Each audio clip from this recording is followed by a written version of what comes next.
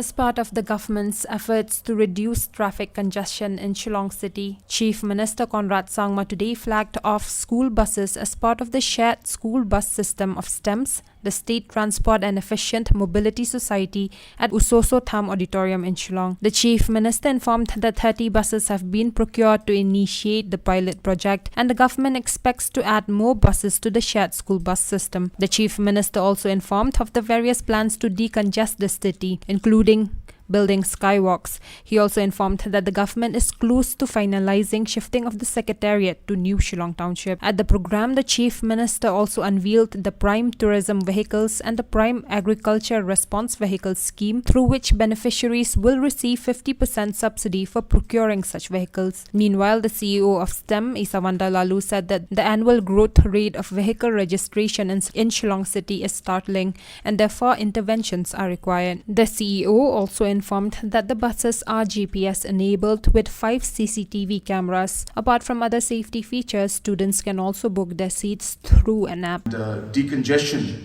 of Shillong has been something that has been very, very crucial and something that has concerned all of us. So therefore, multiple ideas, as was mentioned, have been discussed in the past, and we have struggled, I should say, to a large extent to find a solution, because the problem is so complicated and it keeps increasing. And if you look at the years to come, in about approximately, if I'm not wrong, 4 years or 5 years, I think 5 years is when we expect the vehicle numbers to double in our state. And that means that if today there are about 3.5 lakh vehicles that are there in East Khasi Hills, am I correct? 3.5 lakh vehicles. So if there are about 3.5 lakh vehicles, in about 5 years to about 7 years, I stand corrected, 5 years to about 7 years, that number is expected to go to 5 to 6 lakhs. So that's the kind of growth that's taking place. And obviously, if we don't take steps today, then the problem will be much more complicated to resolve in the future. And hence all these challenges are there, and hence a lot of thought process has gone in. This is just one part of the proposed solution that we have.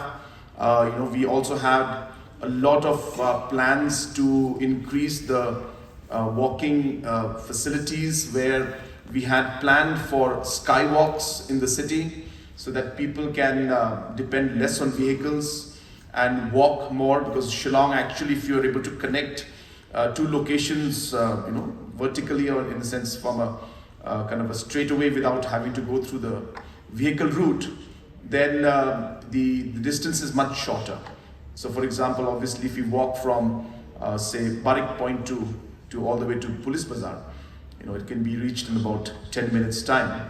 I think you're all aware that within this year itself, and in the coming future, very soon, we are almost close to finalizing on designs for a new secretariat, which is something that will be somewhere just next to the IT park that's in New Shillong area, and we have about 150 plus acres of land there, where we intend to shift the administrative city and the administrative setup, so that Shillong City gets decongested, because schools and government offices are the 2 busiest things that are there in Shillong.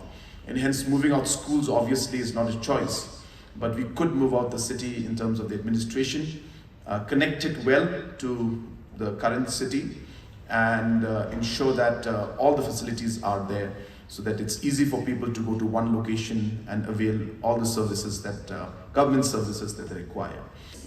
The state with the highest annual growth rate in terms of vehicle registration from 2007 to 2017, the annual growth rate in vehicle registration being 17%. And over and above all of that, a startling figure which emerged is that 47% of all the vehicles in Meghalaya which are registered in Meghalaya annually are registered in Shillong City, that is by the RTO and the DTO of Shillong.